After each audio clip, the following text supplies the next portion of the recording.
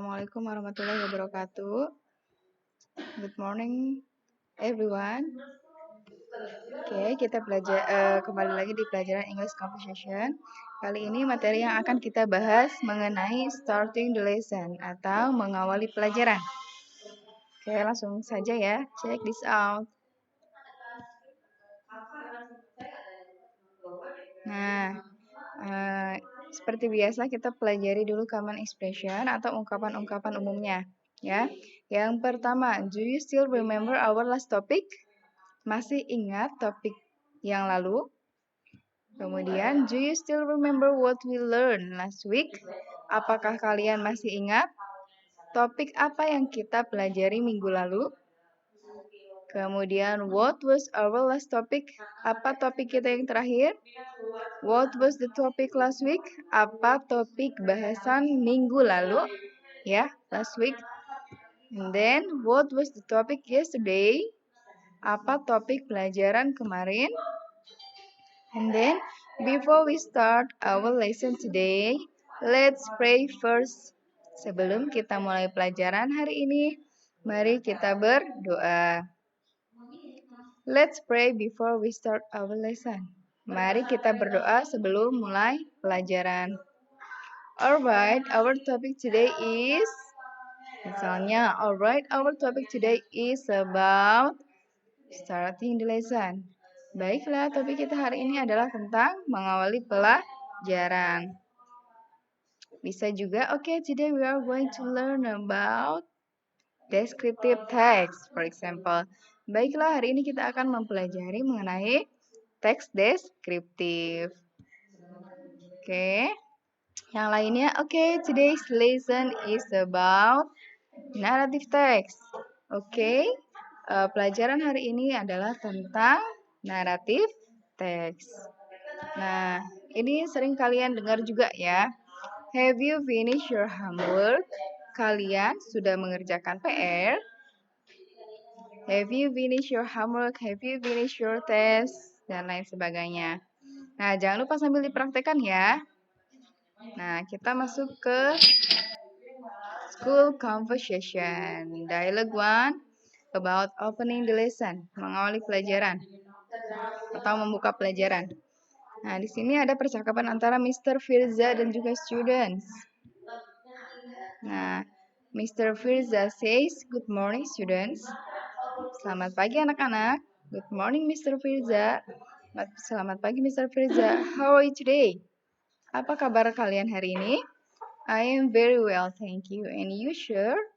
Saya sangat baik, terima kasih. Bagaimana dengan Anda, Pak? I'm fine too, thank you. Do you still remember the topic 2 days ago? Saya baik juga, terima kasih. Apa kalian masih ingat topik kita 2 hari yang lalu? Yes, sure. Good. Ya, Pak. Wah, bagus. Kita lihat lagi dialog yang kedua. Di sini tentang praying before the lesson. Apa itu praying? Ya, berdoa sebelum pelajaran. Nah, di sini ada Mr. Daniel dan juga students. Mr. Daniel says, "Good afternoon, everyone." Selamat siang semuanya. Good afternoon, sir. Selamat siang, Pak. How are you? Apa kabarmu? Atau apa kabar kalian? I am very well, thank you. And you, sir? Saya sangat baik, terima kasih. Dan Anda, Pak? I'm fine too. Saya juga baik. Thank you. Terima kasih. Before we begin today's lesson. Sebelum kita mulai pelajaran kita hari ini, let's pray according to our own religion and belief. Mari berdoa berdasarkan agama dan keyakinan kita. Let's pray. Mari berdoa. Dialog yang ketiga. Di sini tentang checking the students' attendance atau mengecek kehadiran siswa. Teacher says, "Alright, before we begin our lesson, I want to check your attendance." Baiklah, sebelum kita mulai pelajaran kita, saya ingin mengecek kehadiran kalian. Alright, sure. Iya, Pak. Where is Leonie? Why is she absent? Di mana Leonie? Kenapa dia tidak hadir? She is ill, sure. Dia sakit, Pak. Oh, I'm sorry to hear that. Nah, ini I'm sorry to hear that ini bukan kalimat permintaan maaf ya. I'm sorry to hear that ini satu kesatuan. Kalian pasti sering dengar ketika kalian mendengar kabar buruk dari seseorang. Artinya apa? Artinya kurang lebih saya turut prihatin. I'm sorry to hear that. Hopefully she will get better soon. Semoga dia akan segera membaik.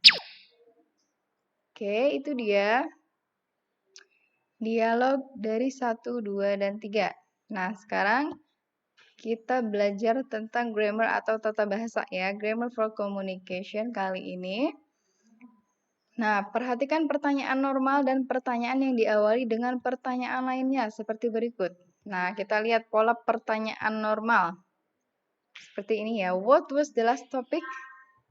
Apa topik yang kemarin atau yang lalu?